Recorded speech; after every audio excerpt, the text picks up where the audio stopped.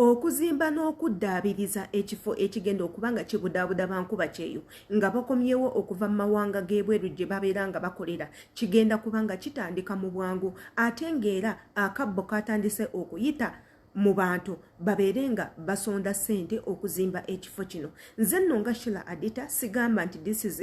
a wrong idea naye no, according to the way I see things, nze ndowooza bankuba kyeyo si kye kino kye beetaaga era nga nze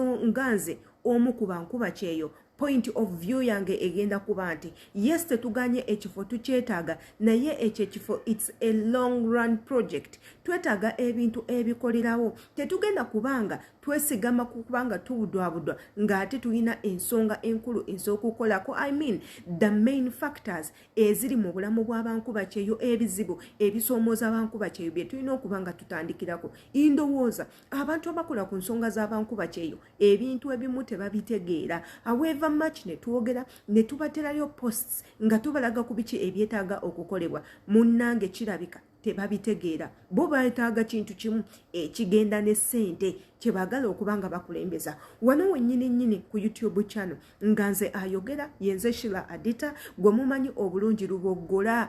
nze mu ever positive nze njagala nnyo okulonda ensobi atera n'embeera nga nzikollectinga mu bwangu bwe kibanga kyetaagisa we wabanga wakyaliwo chance mba njagala ensobi eyo nenjiddamu nenjirondamu ekirungi paka nenjiremerako okulaba nti ensobi eyo injigonjoola n'abantu abalala babeere nga bayigirako aba babeere nga bamanya wabula ng'ate gwena atannaba kubanga osubscribinga chance okyayina nnene nnyo muganda wange ow'obulenzi n'ow'obuwala kwekola otya kwe kubanga wetanira ekigambo subscribe weekiri akade akakulya waggulu kamakulu nnyo kankizo kakonemu munnange buli video enebanga etudde kweno channel egenda sookerawo ogiviewing jamu bye weetaaga byoteetaaga yigo bisula mu dustbin tewetekako stress ate era nga mwena gye muli impagala nnyo mwebale tusupportinga mwebale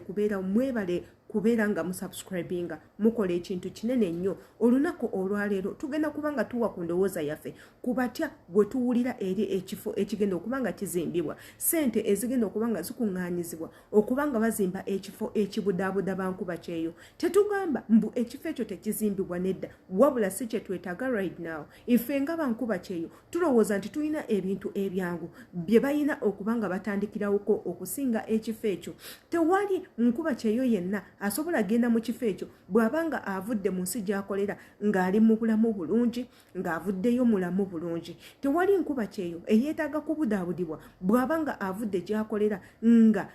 tatuusiddwako kizibu kyonna nga tatokyalingibwa tewali nkuba kyeyo agenda kwetaaga kifo ekyo bw'abanga akoze ebbanga lye lyasayininga ne liggwako n'akomawo n'omusaala gwe nga bwe yagusayininga nga weeguli teyeetaaga kifo ekyo tewali nkuba kyeyo agenda kujja eyo kumubudaabuda bw'abanga akomyewo nga tatuusiddwako bulabe bwonna kaŋŋambe nga tarepingiddwa tatuusiddwako psychological torture tateekeddwako kintu kikyamu kyonna kigenda kubanga kimumalako emirembe ekifo kyajja kuba takyetaaga yes kiyina okubeerawo kubanga mulimu abajja okukyetaaga naye waliwo ensonga eziri closed doors zenjagala okubalaga nti no mu kifo ky'okuteekawo ekifo ekyo musooke mukole ku nsonga eziruma bankuba kyeyo baganda baffe bangi nnyo bali ku deportation center obutambi obwo buyitiŋŋanye tubutaddeyo gavumenti ebulabe ba ministers babulabe baganda baffe nga beetaaga ekintu kimu babeere nga bakolebwa ku mpapula ezibakkiriza ezibawa exit okuva mu eri eggwanga babeere nga bayambibwako babasasuleko ebitundu ku air ticket basobole okubanga bakomawo e Uganda kyesobolera ddala kubanga Uganda bankuba kyeyo bagibezezaawo nnyo tekako okusindika sente nnyingi n'ofuna obusente butono nnyo nze nga Sheila Adita nasindikako $5,000,000 ne watuuka $4,300,000 sente endala zonna nga zigenze ezo endala zagendawa kubanga mu ggwanga mwenkolera mu Saudi Arabia oba osindise sente meka oba meka bakusalako siringi $1 eyo mu Uganda luba siringi 10 lwokka sente ezisigadde mune gavumenti ye Uganda yezitwala omanyi kiki bawa lwaki bazitwala security purpose nteekako n'okubanga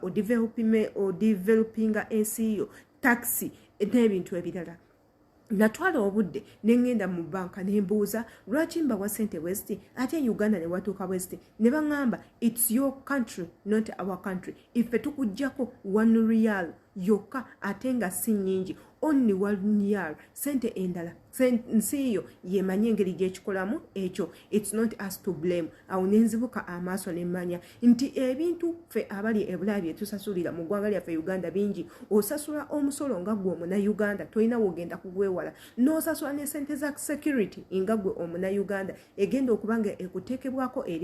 ng'oli bulaaya gye tutafuna yadde n'omulundi n'ogumu. Ffe tubadde tusaba gavumenti nga tebannaba kuba nga bateekawo ekyo ekifo baganda baffe abali mu makomera babeere nga babayamba, babeere nga badde waka. Abo abali ku deportation center baddibweyo bateekewo amateeka. Omwana waba azze okukola ebulaaya omulimu gwa sayiniza okukola gwaba akola essaawa ezimuweereddwa okukola ze yasayininga z'alina okukola period. Obudde bw'alina okuwumulira mu bumuweebwe ate nga kyateeka. Omwana bw'aba alwalidde mu nnyumba ya mukama we ng'alina okumujjanjaba as a must nga teeka ate proper treatment eyeetagisa omuntu yenna. Nga twagala omwana ebintu byonna bye yasayininga okulya emmere, okuwummulamu, okwebaka, engoye n'ebintu ebirala nga birina okumuweebwa as a must ng'omuntu azze okukola. Nga tusaba ebintu by'okutokyalinga, okutta, okukola ebintu ebyambiyone eri abakozi babeere nga babikomya. Basayininge etteeka eriraga nti nno omukozi alina okuweebwa buli kimu kye yeetaaga ate nga kirina okukolebwa mu bunnambiro.